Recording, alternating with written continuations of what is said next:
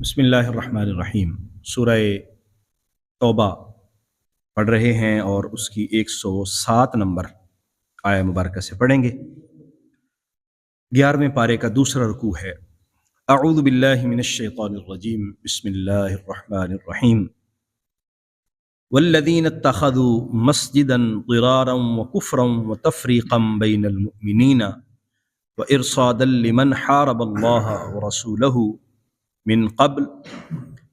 وَلَيَحْلِفُنَّ إِنْ أَرَدْنَا إِلَّا الْحُسْنَى وَاللَّهُ يَشْهَدُ إِنَّهُمْ لَكَاذِبُونَ۔ نبی کریم صلی اللہ علیہ وسلم تبوک کی طرف تشریف لے جا رہے تھے تو منافقین حضور کی خدمت میں حاضر ہوئے اور انہوں نے کہا کہ جناب ہم نے ایک مسجد بنائی ہے اور ہماری خواہش یہ ہے کہ آپ تشریف لائیں اور مسجد میں نماز پڑھیں، دعائے خیر کریں تاکہ وہاں پر اہل ایمان آئیں، نماز پڑھیں۔ کچھ بزرگ لوگ ہیں، بوڑھے ہیں، ان کا دور مسجد میں جانا مشکل ہے، تو ہم نے وہ مسجد بنائی۔ اصل میں منافقین نے اس مسجد کو تعمیر کیا تھا اور وہ مسجد قباء کے قریب بنائی گئی۔ تو مسجد قباء وہ اسلام کی پہلی مسجد ہے جو نبی کریم صلی اللہ علیہ وسلم نے ہجرت کے وقت بنائی تھی۔ جب آپ مدینہ تشریف لائے تھے تو اس کا سنگ بنیاد حضور نے رکھا تھا مقام قباء پر، اور یہ وہ مسجد قباء وہ عظیم الشان مسجد ہے کہ جس کے متعلق حضور نے ارشاد فرمایا کہ جو یہاں پر آئے اور یہاں 2 رکعت آ کے نفل پڑھے، اللہ کریم اس کو عمرے کا ثواب عطا فرماتا ہے، مسجد قباء کو۔ تو منافقین کو ایک ابو عامر شخص تھا جس کو ابو عامر فاسق کہتے تھے، اس نے اسلام کے خلاف اور منافقین کو ایک جگہ پر جمع کرنے کے لیے ان کو مشورہ دیا کہ تم مسجد بناؤ، یہاں پر ہم پروگرام بنایا کریں گے، منصوبے بنایا کریں گے، اور اسلام کو کیسے نقصان پہنچانا ہے، مسلمانوں کو کس طرح تنگ کرنا ہے، تو یہ ہمارا ایک مرکز ہوا کرے گا۔ اس کو قرآن نے مسجد ضرار کہا کہ یہ نقصان پہنچانے کے لیے بنائی گئی ہے۔ حضور صلی اللہ علیہ وسلم نے فرمایا کہ بھئی میں تو ابھی تبوک کے لیے نکل رہا ہوں، جب واپسی ہوگی تو پھر انشاءاللہ دیکھیں گے جیسے اللہ تعالیٰ چاہے گا۔ تو جب حضور واپس تشریف لائے تو یہ آیہ مبارکہ نازل ہوئیں اور حضور صلی اللہ علیہ وسلم کو منع فرما دیا گیا کہ آپ نے اس مسجد میں نہیں جانا۔ پھر صحابہ اکرام کے مشورے سے پھر اس مسجد کو گرا دیا گیا۔ تو اس کا یہاں پر ذکر ہے، والذین اتخذوا، اور وہ لوگ جنہوں نے بنایا ہے مسجداً، ایک ایسی مسجد کو، ضراراً یعنی جنہوں نے مسجد بنائی ہے ضراراً نقصان پہنچانے کے لیے، جنہوں نے مسجد بنائی نقصان پہنچانے کے لیے، وکفراً اور کفر کے لیے، وتفریقا بین المؤمنین اور مومنوں کے درمیان فرق تفریق کرنے کے لیے، مومنوں کے درمیان تفریقہ بازی کرنے کے لیے، وارصادا لمن حارب اللہ ورسولہ، اور تاڑنے کی جگہ بنائی اس شخص کے لیے جو اللہ اور اس کا رسول کا دشمن ہے، من قبل پہلے سے ہی، جو لوگ پہلے سے ہی اللہ اور اس کے رسول کے دشمن ہیں ان کی رصدگاہ بنائی تاکہ وہ یہاں آئیں اور مسلمانوں کو نقصان پہنچانے کے پروگرام بنائیں۔ اس مقصد کے لیے بنائے گئے، اس کے لیے جی نقصان پہنچانے کے لیے، کفر کے لیے، اور مسلمانوں کے درمیان تفریق پیدا کرنے کے لیے، اور وہاں پر بیٹھ کر منصوبے بنانے کے لیے اور مسلمانوں کو نقصان پہنچانے کے پروگرام تیار کرنے کے لیے۔ ولا یحلفن، اور وہ قسم کھائیں گے، ان اردنا الا الحسنى، کہ ہمارا ارادہ تو خیر کا ہے، کہ ہم نے یہ مسجد بنائی ہے صرف اور صرف خیر کے لیے، ہمارا مقصد یہ ہے کہ یہ مسجد بہتری کے لیے ہو، قسم کھا کے یہ بات کہیں گے۔ واللہ یشہد انہم لکاذبون،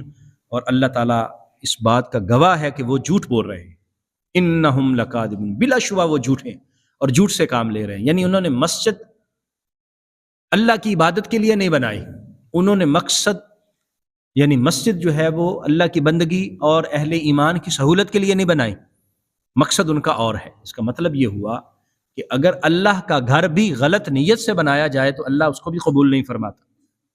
اس کا گھر بنایا گیا، مسجد بنائی گئی، مسجد کے نام پر بنائی گئی، اس پر پیسہ خرچ کیا گیا، جگہ دی گئی، محنت ہوئی اس پر، لیکن اللہ اس کو قبول نہیں فرماتا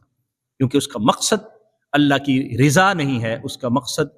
غلط ہے اور اللہ کے حکم سے لوگوں کو دور لے جانا ہے۔ لا تقم فیہ ابدا، حضور کو فرمایا گیا کہ اے محبوب لا تقم فیہ آباد، آپ نے کبھی بھی وہاں پر کھڑے نہیں ہونا، یعنی اس مسجد میں کبھی بھی نہیں جانا۔ لمسجد اسس علی التقوی من اول یوم احق ان تقوم فیہ، اور اس کے مقابلے میں یعنی یہ مسجد ضرار ہوئی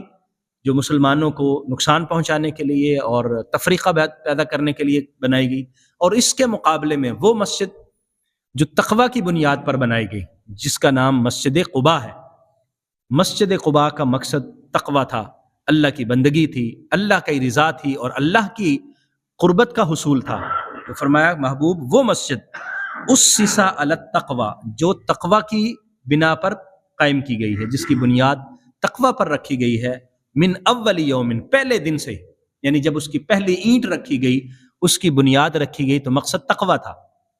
احق ان تقوم فیہ، وہ مسجد اس بات کی زیادہ حقدار ہے کہ آپ اس میں قیام کریں، آپ وہاں کھڑے ہوں، یعنی مسجد قباء میں جائیں، وہاں نماز پڑھیں، وہاں قیام کریں، وہ زیادہ حقدار ہے۔ یہ جو مسجد ضرار ہے، نقصان پہنچانے کے لیے منافقین نے تعمیر کی ہے، آپ وہاں کبھی بھی نہیں جائیں اور بالکل وہاں کھڑے نہیں ہونا۔ فیہ رجال یحبون ان یتطہروا، یہ جو مسجد ہے یعنی مسجد قباء، یہ وہ مسجد ہے کہ جس میں ایسے رجال، ایسے لوگ ہیں، یحبون جو پسند کرتے ہیں، ان یتطہروا کہ وہ طہارت میں رہیں، پاکیزہ رہیں، صاف ستھرے رہیں، وہ اس بات کو پسند کرتے ہیں۔ واللہ یحب المطہرین، اور اللہ تعالیٰ پاک رہنے والے کو پسند کرتا ہے، پاک رہنے والوں کو محبوب رکھتا ہے۔ وہ لوگ جو طہارت والے ہیں اللہ تعالیٰ کو محبوب ہیں۔ تو یہ جو مسجد قباء کے جو نمازی تھے، مسجد قباء میں نماز پڑھنے والے صحابہ کرام تھے، ان کی یہ صفت بیان کی گئی کہ جو قباء کا علاقہ تھا وہاں وہ عظیم صحابی رہتے تھے کہ جن کی طہارت کا یہاں پر قرآن نے ذکر کیا کہ وہ لوگ ہیں وہ ہمیشہ طہارت کو پسند کرتے ہیں، اور اللہ طہارت والوں کو محبوب رکھتا ہے، اللہ کو بڑے پسند ہیں۔ اس سے ایک تو ہمیں یہ علم ہوا کہ وہ لوگ جو پاکیزگی کو، صفائی کو، ستھرائی کو پسند کرتے ہیں، اللہ تعالیٰ کو وہ بڑے محبوب ہیں اور اللہ تعالیٰ ان سے محبت فرماتا ہے، اللہ ان سے پیار فرماتا ہے۔ اور دوسرا، ان صحابہ کرام کی صفت بھی بیان فرمائی گئی کہ جو مسجد میں اللہ کی بارگاہ میں حاضری دیتے ہیں اور ہمیشہ طہارت سے رہتے ہیں۔ حضور نے ان سے پوچھا، ان صحابہ کرام کو بلایا، فرمایا کہ اللہ نے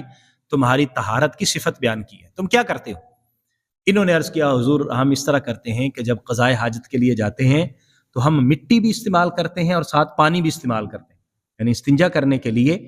مٹی استعمال کرتے ہیں پھر پانی استعمال کرتے ہیں۔ اس وجہ سے ہم کوشش کرتے ہیں کہ ہم کہیں ناپاک نہ رہ جائیں، کہیں ہماری طہارت میں کوئی مسئلہ نہ ہو۔ حضور صلی اللہ علیہ وسلم نے فرمایا تھا تم اتنی احتیاط کرتے ہو، اسی وجہ سے اللہ نے تمہاری یہ خوبی بیان فرمائی اور اللہ نے تمہارے ساتھ محبت کا ذکر فرمایا۔ افمن اسس بنیانہ علی تقوی من اللہ، اور وہ لوگ جنہوں نے بنیاد رکھی ہے تقوی، اللہ کی طرف سے تقوی کی، ورضوان، اور اللہ کی طرف سے رضا کی، یعنی جس مسجد کی بنیاد اللہ کے تقوی پر اور اللہ کی رضا پر رکھی گئی ہو، خیر، وہ بہتر ہے، امن اسسا، یعنی کیا وہ بہتر ہے یا وہ بہتر ہے کہ جس کی بنیاد رکھی گئی ہے علی شفا جروف ہارن، جس کی بنیاد رکھی گئی ہے ایسے کنارے پر، یعنی ایک کھائی ہے، کھائی کے اوپر کنارہ ہے اور وہ کھائی بھی گرنے والی ہے۔ آپ نے دیکھا ہوگا کہ جب پہاڑی علاقے میں یا دریا کے کنارے پر دریا نے مٹی کی طرف رخ کیا ہوا ہو اور وہ مٹی کو اپنی طرف کھینچ رہا ہو، تو وہ بالکل اوپر جو کھائی ہوتی ہے وہ کنارہ گرنے ہی والا ہوتا ہے، یا وہ پہاڑ کا کنارہ ہے، وہ نیچے سے مٹی جو ہے وہ اترتی جا رہی ہے اور اوپر کنارہ وہ گرنے ہی والا ہے۔ اور میں ان کی مثال ایسی ہے کہ یہ ایسے کنارے پر کھڑے ہیں جو بس گرنے والا ہے، اور دوسری طرف جس کی بنیاد تقوی پر رکھی گئی ہے وہ ایک مضبوط چٹان ہے اور ایک مضبوط جگہ ہے۔ تو آپ بتائیں کہ کون سی زیادہ بہتر ہے، وہ بہتر ہے یا وہ بہتر ہے؟ اور وہ بہتر ہے کہ جس کی بنیاد جو ہے وہ مضبوط رکھی گئی ہے، اور یہ جو مسجد ضرار ہے اس کی بنیاد گویا کہ کھائی پر رکھی ہے جو گرنے والی ہے۔ فَانْهَارَ بِهِ فِي نَارِ جہنم، جو جہنم کی آگ میں بس گرا ہی چاہتی، یعنی جہنم میں آگے سمجھے گر گئی۔ واللہ لا یہدی القوم الظالمین، اور اللہ تعالیٰ ظالم قوم کی رہنمائی نہیں فرماتا، ان کو ہدایت بھی نہیں دیتا۔ تو ایک طرف یہ منافقین ہیں جنہوں نے مسجد ضرار بنائی، یہ ظالمین ہیں۔ دوسری طرف اصحاب قباء ہیں جنہوں نے مسجد قباء بنائی، وہ تقوی والے ہیں اور طہارت والے ہیں۔ تو فرمایا کہ یہ اب تم دیکھ لو کہ تمہیں کس کو اختیار کرنا چاہیے، مسجد تقوی کو یا مسجد ضرار کو۔ لا یزال بنیانہم الذی بنوا ریبۃ فی قلوبہم، اور اس کی بنیاد وہ جو انہوں نے بنائی، یعنی جو مسجد انہوں نے بنائی، اس کی بنیاد شک بن کر کھٹکتی رہے گی، ریبتن شک بن کر، فی قلوبہم ان کے دلوں میں یہ شک بن کر کھٹکتی رہے گی، الا ان تقطع قلوبہم، یہاں تک کہ ان کے دل ٹکڑے ٹکڑے ہو جائیں، ان کے دل ٹکڑے ٹکڑے ہو جائیں اور ختم ہو جائیں، تب جا کے ان کے دل کو سکون ملے گا، وگرنہ ان کے دل کو سکون نہیں ملے گا، کیونکہ وہ تو اصل میں چاہتے ہی اسلام کو نقصان پہنچانا ہے، نبی کریم صلی اللہ علیہ وسلم کو پریشان کرنا ہے۔ اس وجہ سے انہوں نے بنائی اچھی نیت سے نہیں ہے۔ تو جو آدمی نیک عمل کرتا ہے اور اچھی نیت سے کرتا ہے، وہ ظاہری اس کو فائدہ نہ بھی ہو تو وہ کم از کم اس کا دل مطمئن ہوتا ہے، یار میں نے تو اچھی نیت سے کام کیا تھا۔ اور جس نے کام غلط نیت سے کیا ہو، وہ چاہے جتنا بھی آگے بڑھ جائے، اس کا اندر کھٹکتا رہتا ہے، یار میں نے کام تو ٹھیک نہیں کیا تھا، یہ کام تو غلط کیا تھا، یہ اس کی بنیاد میں نے رکھی تھی۔ فرمایا اسی طرح یہ مسجد بھی ان کے دل میں کھٹکتی رہے گی۔ واللہ علیم حکیم، اور اللہ تعالیٰ سب کچھ جاننے والا ہے، اور اللہ تعالیٰ دانا ہے، حکمتیں اسی کے پاس ہیں، ساری حکمتوں کا مالک وہی ہے۔ ان آیات مبارکہ سے ہمیں یہ علم ہوا کہ اللہ کی بارگاہ میں ہمیں جو عبادت پیش کرنی ہے وہ تقوی کی بنیاد پر، اخلاص کی بنیاد پر اور اللہ کی رضا کے لیے کرنی چاہیے، اس کا مقصد کوئی اور نہیں ہونا چاہیے۔ اور دوسری بات، اللہ تبارک و تعالی دین، رسول اللہ صلی اللہ علیہ وسلم، اہل ایمان،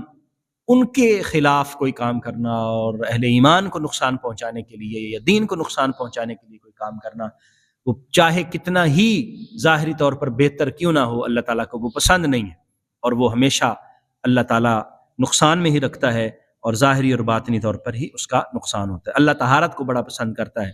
اللہ کریم ہمیں بھی ظاہری باطنی طہارت عطا فرمائے، تقوی عطا فرمائے۔ آمین۔ وآخر دعوایا ان الحمد للہ رب العالمین۔